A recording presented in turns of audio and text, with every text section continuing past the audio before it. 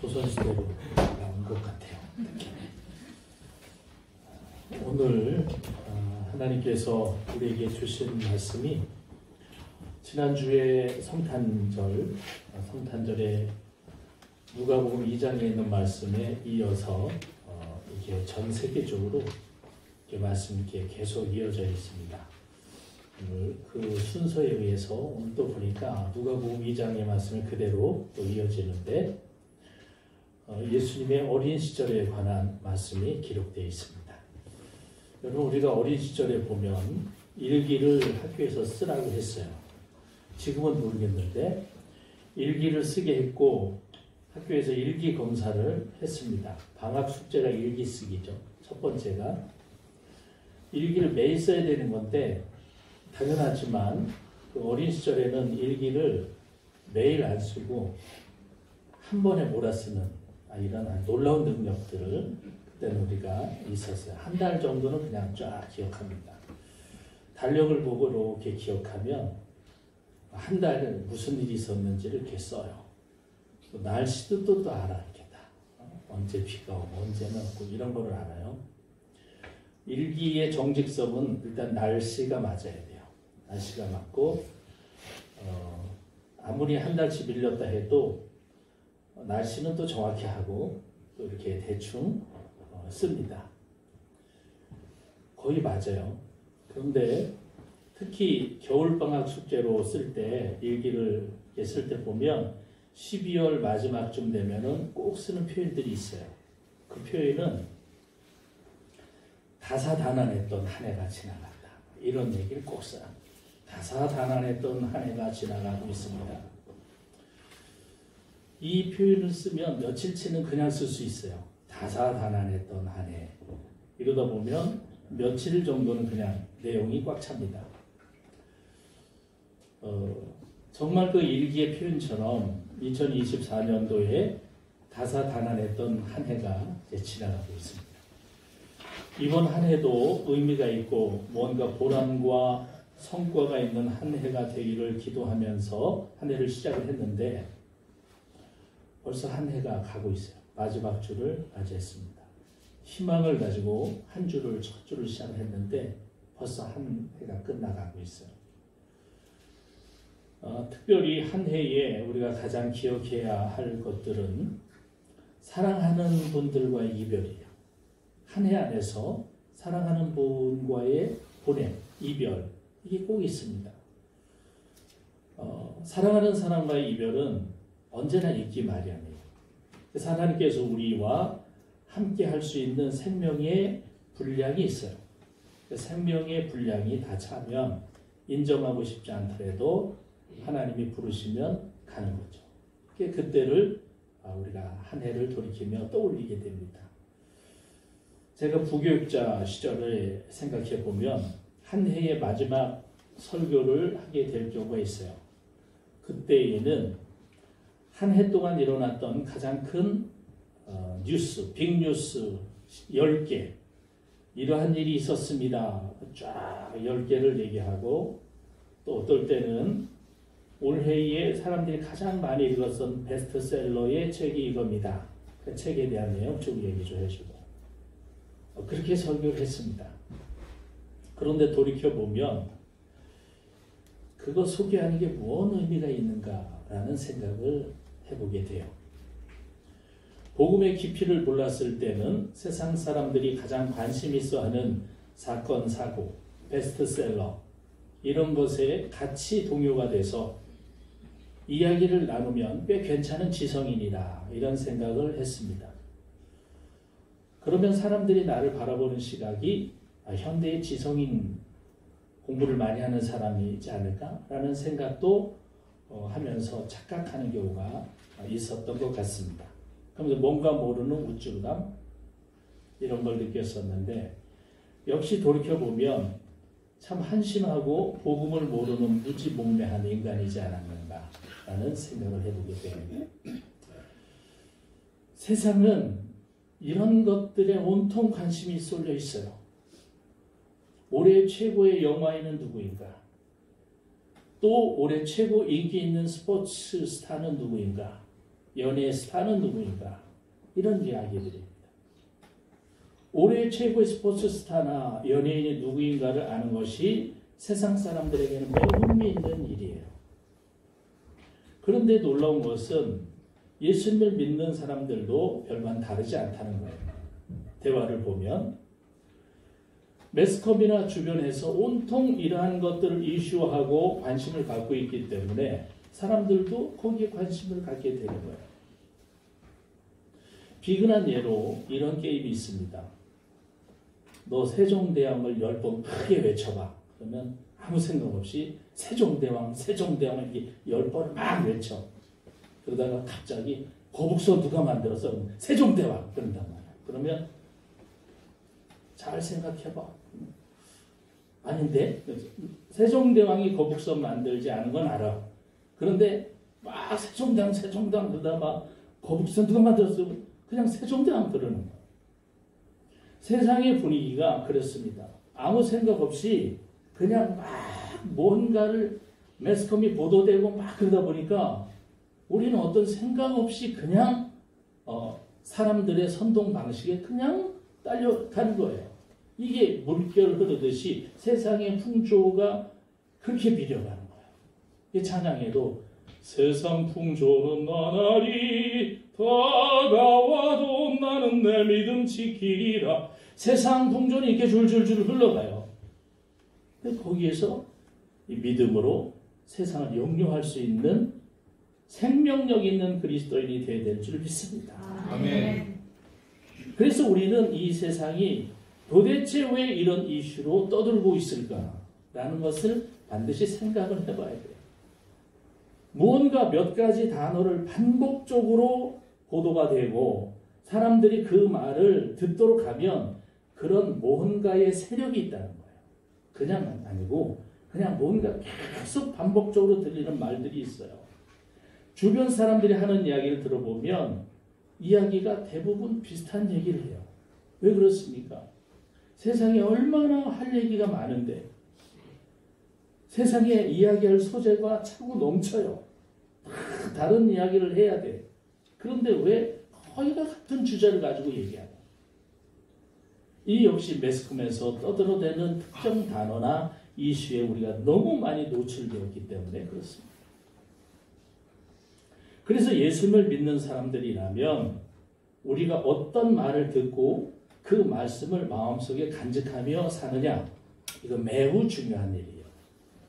오늘 본문에 보면 마리아가 예수님이 어린 시절에 하는 말을 마음속에 깊이 간직을 해뒀어요. 이 모든 말을 마음에 두니라 이렇게 말씀합니다.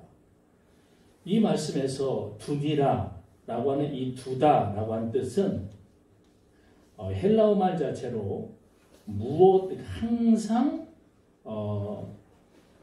지키고 붙잡다 이런 뜻이에요. 그 말을 두니라 항상 두니라 마음속에 붙들고 항상 이 마음속에 그것을 지키다라고 하는 의미가 있어요. 마리아는 예수님이 하신 이 말씀을 언제나 마음속에 지키고 붙들고 있었어요. 무슨 말을 했을까요, 예수님이? 마태, 마가, 누가, 요한 복음서 중에서 예수님의 어린 시절을 기록한 것은 누가복음밖에 없어요. 누가복음만 예수님의 어린 시절에 그 말을 기록하고 있어요. 그러고 보면 오늘 본문 2장 이 49절에 예수님이 뭐라고 하셨냐면 부모님에게 어찌하여 나를 찾으셨나이까? 내가 내 아버지 집에 있어야 될 줄을 알지 못하셨나이까? 이렇게 말을 하고 있습니다. 예수님이 이때 나이가 12살이에요. 12살밖에 되지 않은 어린아이가 어머니에게 하는 행동이 그 말이 아주 당돌하죠. 아니 어찌하여 나를 찾았습니까? 내가 내 아버지 집에 있어야 될 줄 알지 못하였습니까? 아주 당돌한 행동 같아요. 12살 먹은 아이로서 할 수 있는 말이 아니야. 근데 중요한 것은 이 들어보니까 예수님이 뭐라 그러냐면 성전에 대하여 뭐라고 표현했습니까? 내 아버지의 집이라고 표현했어요. 성전을 내 아버지의 집. 구약 성경을 샅샅이 뒤져봐도 성전을 하나님의 집이라고 표현해도 내 아버지 집이야 라는 표현은 하나도 없어요. 예수님이 성전을 뭐라고 표현했다고요? 내 아버지 집이라고 표현해요. 내 아버지 집. 이 말씀하기 전까지는 어느 누구도 성전을 내 아버지 집이라고 말한 사람이 없습니다. 이런 점으로 볼 때 마리아는 깜짝 놀라요. 아니 내가 키운 아들인데 어떻게 성전에 대해 내 아버지의 집이라고 할까? 너무 놀라운 거예요. 한 번도 그런 말을 들어본 적이 없으니까. 이런 말을 할 정도면 두 가지 중에 하나다. 첫 번째, 얘가 좀 정신적으로 좀 뭔가 이상하네요. 약간 뭔가 들떨어지는 애 아닌가? 두 번째는 뭔가 비범한 비밀이 숨겨진 천재적인 아이구나. 둘 중에 하나.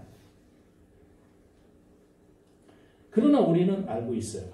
예수님이 뭔가 정신 이상한 분이 아니라는 걸 알아요.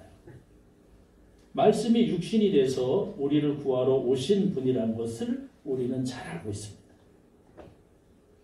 내가 내 아버지 집에 있어야 될 줄 알지 못하였습니까?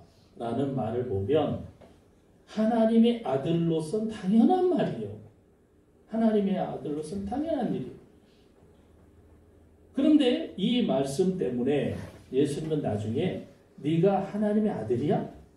하며 감히 네가 어떻게 신성모독을 할 수 있느냐라고 해서 하나님 아버지를 아버지라고 했는데 이 죄 때문에 신성모독죄로 죽여야 한다는 유명을 씌우게 됩니다. 세상이 참 억울하죠. 아니 아버지한테 아버지라 그러는데 왜 신성모독이라고 그래요? 놀라운 일이에요. 마리아는 이때부터 예수님이 하신 말씀을 마음속에 어떻게 했다고요? 간직하고 깊이 붙잡고 있었어요. 그 말씀을 깊이. 어떤 말씀을? 내 아버지 집에 내가 있어야 할 줄 알지 못하였나이까? 이 말씀. 그때부터 아는 거예요. 이분은 성전이 아버지의 집이라고 하면 하나님의 아들이구나.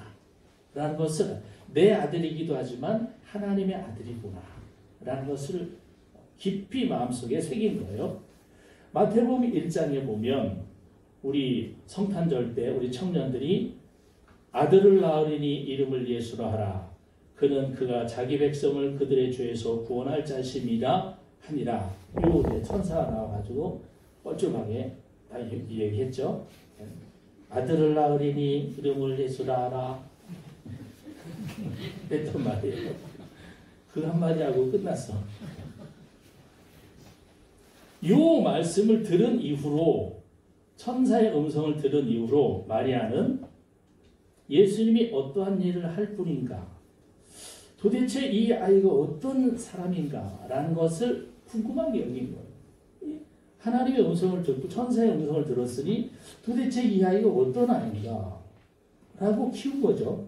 그런데 12살 먹은 아이가 보니까 이상해. 하나님의 집을 내 아버지 집이라고 합니다. 어릴 때. 아니 예수님이 하나님의 아들이라면 맞구나. 이분이 하나님의 아들 맞구나.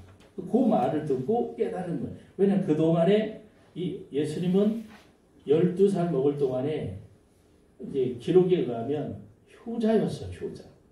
부모님 말씀 절대 순종했어요. 이렇게 순종하는 사람이 내 아버지 집에 있어야 될 줄 알지 못하였나이까 라는 말을 하는 거 보니까 뭔가 약간 건방지기도 하지만 분명히 하나님이 아버지 맞구나. 하나님의 아들 맞구나. 라는 거를 생각을 하는 거예요. 그래서 오늘 이 본문의 말씀 보면 하나님의 아들 맞다. 라는 것을 깨닫게 되는 거예요. 그러면서 그 마음속에 깊이 예수님이 하신 말씀을 마음속에 생각하고 깊이 새긴 거예요. 깊이 마음에 두다. 디아 테레오라고 하는 이제 헬라어 말인데 여러분 모르셔도 돼요. 그러니까 항상 디아라고 하는 말, 테레오라고 하는 것은 꽉 붙들다. 항상 마음속에 붙들고 있었어. 그 말씀을. 그게 무슨 말씀이야? 이분은 하나님의 아들이구나. 내가 키우지만 하나님의 아들이구나. 여러분, 우리가 한 해의 마지막 주일을 맞이하면서 한 해 동안 어떤 말을 마음속에 가장 많이 간직하며 살았습니까? 한번 떠올려 봐야 돼요. 나는 아무 생각 없이 살았는데 이런 사람도 있을 것이고, 어떤 사람은 어디 가면 경치가 좋고 어디 가면 먹을 게 좋아? 라고 하는 늘 머릿속에 뭘 먹어야 되나, 어디를 가야 되나를 생각하며 산 사람이 있을 것이고, 어떤 사람은 놀고 먹고 마실 걸 생각한 사람들도 있고, 어떤 사람은 돈을 많이 벌고 어디에 투자하면 이익을 얻을 수 있다라고 하는 말을 늘 생각하면서 어떻게 하면 좀 더 돈 벌까? 어떻게 하면 좀 더 많이 이익을 남길까? 요거를 생각하며 살았을 수가 있어요. 한 해 동안 뭘 제일 많이 생각하며 살았냐? 어떤 사람은 어떤 영양제가 몸에 좋다더라, 어떤 음식을 먹으면 건강에 좋다더라, 맨날 그런 얘기만 하고 그런 걸 마음에 새기며 사는, 어떤 운동을 하면 건강에 좋다더라, 어떤 운동이 오래 산다더라, 이런 생각만 하고 산 사람들도 있는 거예요. 한 해 동안 어떤 말을 기억하고 그 말을 마음속에 깊이 생각하며 살아왔느냐에 따라서 그 사람은 그것이 그 사람의 목자가 되는 거예요. 여호와는 나의 목자시니 내게 부족함이 없으리로다. 이래야 되는데, 건강식품이 나의 목자시니 내게 부족함이 없으리로다. 돈이 나의 목자시니, 맛있는 것이 나의 목자시니, 뭐 이런 식이 되는 거예요. 무엇을 제일 많이 생각하며 살았느냐? 마리아는 예수님이 12살에 하신 말씀을 마음속에 깊이 두고 살았기 때문에 예수님이 12살 되었고 이제 공생애를 하시는 30살이 됐어요. 3년 동안 공생애 하시는데 30살 공생애 처음으로 사역하기 시작한 것이 가나 혼인잔치의 포도주의 기적이에요. 그때까지 18년이라고 하는 세월을 가슴속에 지니며 사는 거예요. 이분은 하나님의 아들이야. 하나님의 아들이야. 이런 거를 늘 마음속에 새기며 살았기 때문에 가나 혼인잔치가 딱 생긴 거예요. 그런데 놀랍게 포도주가 떨어졌단 말이에요. 요한복음 2장 3절에 보면 포도주가 떨어진지라 예수의 어머니가 예수에게 이르되 저들에게 포도주가 없다 합니다. 이렇게 말한 거예요. 포도주가 없다 합니다. 여러분, 어떤 위급한 상황이 됐을 때 마음속에 깊이 생각하고 있는 사람에게 얘기를 하는 거야. 이 상황을 누구에게나 얘기를 해야 됩니다. 사람이 그렇잖아요. 마음속에 생각하는 사람, 깊이 생각하는 그 사람에게 얘기를 하는 거야. 기억을 더듬어 보니까 옛날에 12살 때에 내가 내 아버지 집에 있어야 할 줄 알지 못하셨나이까? 라고 하는 말이 아주 퉁명스러운 말이 생각이 나. 그리고 그 말부터 하나님의 아들이다라는 것을 계속 기억하고 사는 거예요. 그래서 엄청난 사건, 잔치에서 포도주가 떨어졌다고 하는 위급 상황이 발생했는데도 불구하고 걱정을 하지 않고 예수님한테 얘기하는 거예요. 포도주가 떨어졌다, 떨리다. 이렇게 얘기해요. 그리고 그냥 가. 근데 예수님이 뭐라 그래요? 여자여, 나와 무슨 상관이 있나이까? 내 때가 아직 이르지 아니하였나이다. 그래서 번역했을 땐 여자여라고 되어 있지만 이게 굉장히 존칭어예요. 원어에서 보면. 여자여, 포도주 떨어진 거랑 나랑 무슨 상관이 있습니까? 내 때가 아직 되지 않았습니다. 이렇게 말한 거예요. 그 마리아는 이 말을 듣고 아니 막 뭐라고 또 그런 게 아니고 그냥 가. 던져놓고 그냥. 그리고 나서는 하인들에게 가서 뭐라 그래요? 그의 어머니가 하인들에게 이르되 너희에게 무슨 말씀을 하신지 그대로 하라. 하인들에게 지시해 놓은 거예요. 예수님이 무슨 말 하든지 너희들은 그대로 해라. 마리아는 아랑곳하지 않아요.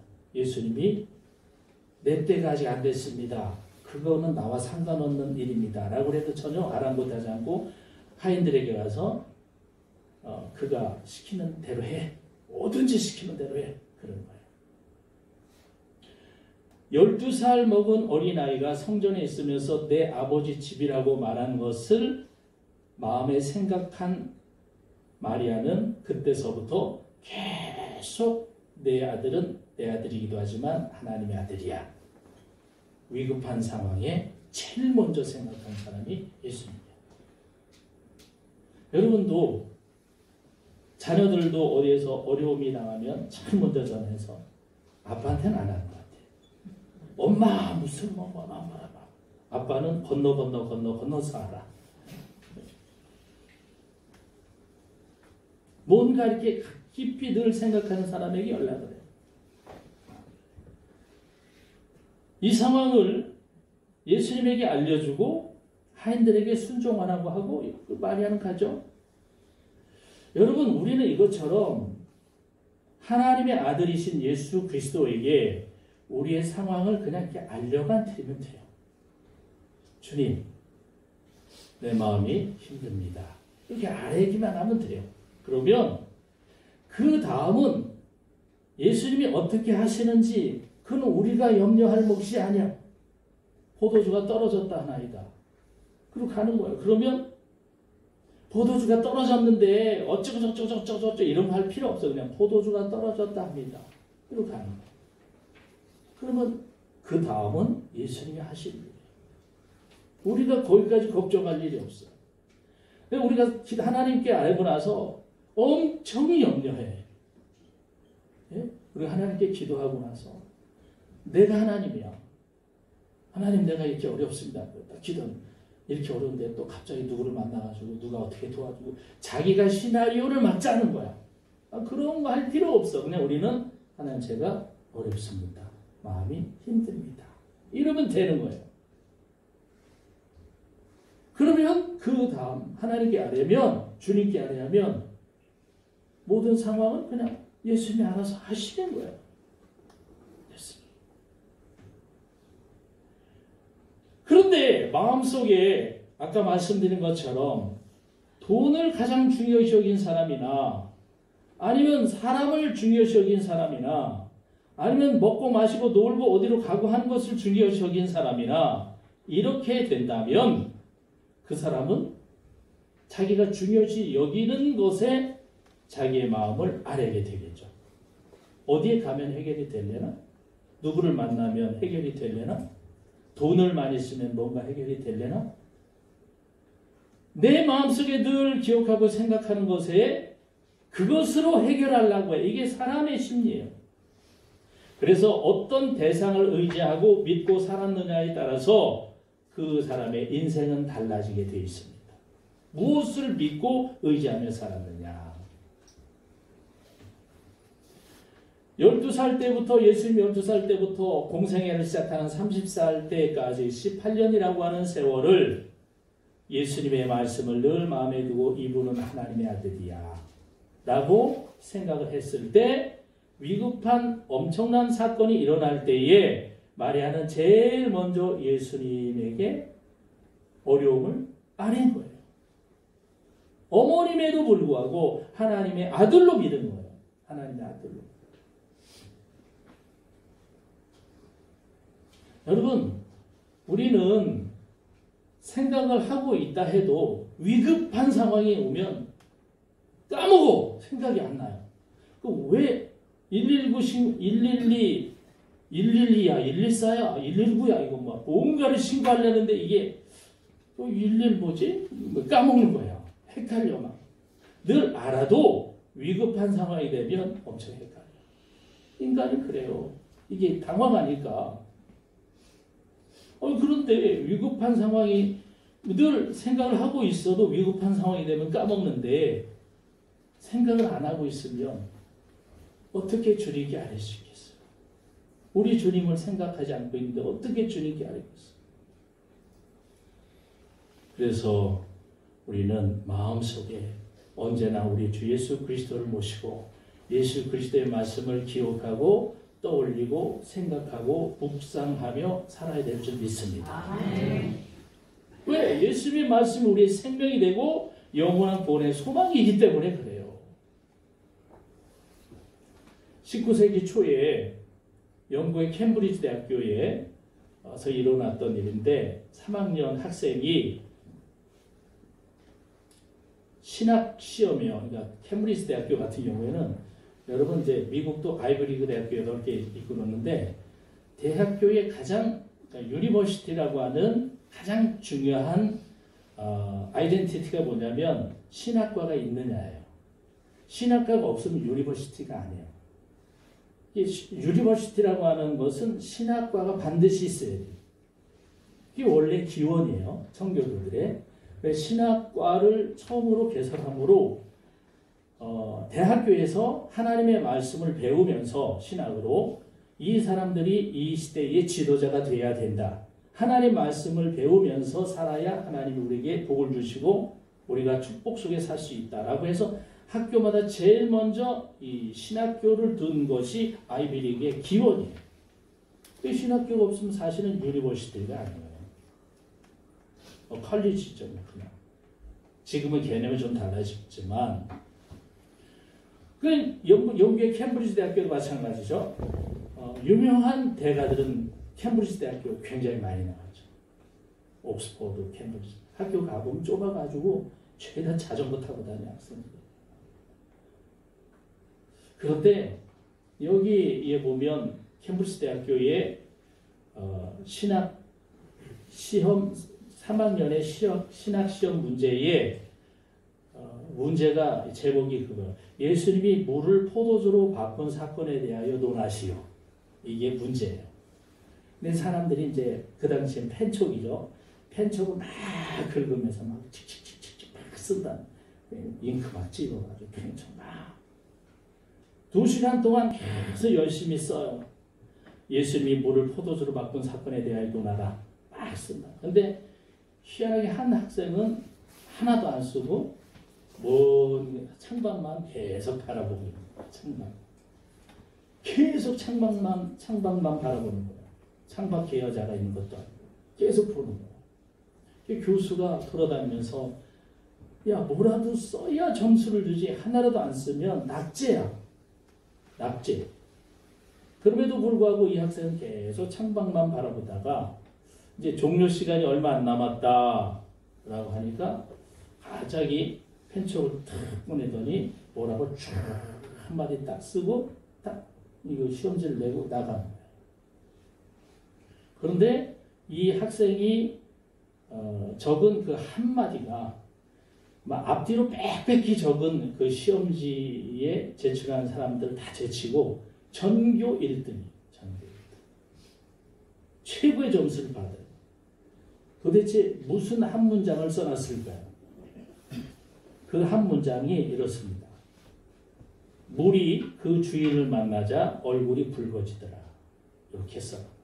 물이 그 주인을 만나자 얼굴이 붉어지더라. The water met its master and blushed. 이렇게 써.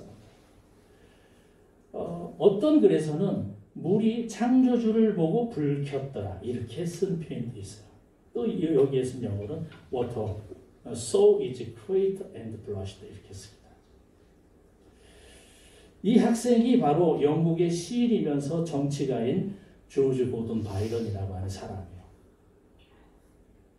여러분 마음속에 예수님을 늘 간직하며 늘 생각하지 않고서는 이런 것을 생각해낼 수가 없는 우리는 이 한 해를 정리하면서 그동안 무엇을 가장 많이 마음속에 간직하며 살아왔는지를 스스로 점검을 해야 돼요. 그리고 앞으로 우리 마음속에 무엇을 생각하며 살아야 하는지를 결단을 해야 됩니다. 영원한 생명이며 구원이신 예수 그리스도가 우리 마음속에 언제나 거하신다면 우리가 기뻐도 슬퍼도 어려워도 언제든지 예수님과 함께 이 모든 것을 함께 나누며 살아갈 수가 있어요. 그래서 주님이 우리의 힘이 되시고 우리의 위로가 되시고 우리의 평안이 되시고 우리의 소망이 되시는 줄 믿습니다. 네. 한 해의 마지막이 다가오듯이 언젠가 하나님께서 우리에게 주신 생명의 기간이 다 끝날 때가 반드시 옵니다. 그때 우리는 무엇을 생각하며 무슨 일을 하다가 주님의 부르심을 맞이할 것입니까? 생각해요. 은퇴하신 분들이 색소폰을 배워가지고 열심히 색소폰을 불어. 저도 어느 예배 갔더니 어느 은퇴하신 목사님 색소폰 연주한다고 나와가지고 특성을 하는데 거기 있는 모든 사람이 무슨 곡을 부르는지 아무도 몰라. 아무도 몰라. 도대체 저게 무슨 곡을 부르나? 보니까 계속 연습만 하고 있어. 이게 곡이 안 나와. 자기가 연습한 지 얼마 안 돼서 곡을 못 한대. 근데 아니 연습을 해서 나와서 불어야지 왜 나와가지고 연습을 하냐? 아무도 모르는 거야 그 곡을. 그러면서 이제 어느 목사님이 당신이 색소폰 불다가 죽으면 어떨 것 같습니까? 물어보니까 내가 이거 불다가 죽을 거라 생각을 해본 적이 없는데 그러니까 목회자로서 복음을 전하다가 은퇴하고 요거 불다가 죽으려고 생각하니까 야진하더라는 거예요. 여러분 그래서 우리는 어떠한 가운데 주님의 부르심을 받느냐가 그 죽음이 하나님의 영광이 될 수도 있고 사람들에게 수치가 될 수도 있어요. 그리스도인이 어떤 잘못된 죽음으로 탁 사람들에게 공개가 됐을 때 저 사람 예수 믿는 사람 맞아? 수치 중에 수치가 될 수 있는 거예요. 우리가 어떤 가운데 주의 부름을 받느냐에 따라 하나님의 영광도 되고 수치도 될 수 있어요. 그래서 우리는 항상 주님을 생각하며 주의 일에 힘쓰다가 주님의 부르심을 받아야 우리의 남은 이들에게 믿음의 도전을 줄 수 있는 인생이 될 수 있는 것입니다. 우리 주 예수 그리스도의 말씀이 영원토록 저와 여러분 마음속에 언제나 충만하셔서 주의 일에 힘쓰고 언제나 주와 동행하는 삶이 되기를 간절히 주의 이름으로 축복합니다. 아멘. 은혜가 충만하신 주님, 주께서 우리를 언제 부르실지 우리는 알 수 없지만 언제나 우리 주님을 마음속에 새기며 주와 동행하는 인생을 사는 하나님의 사람들이 되도록 주께서 우리와 동행하시고 늘 인도하여 주시옵소서. 우리 주 예수 그리스도 이름으로 기도합니다. 아멘.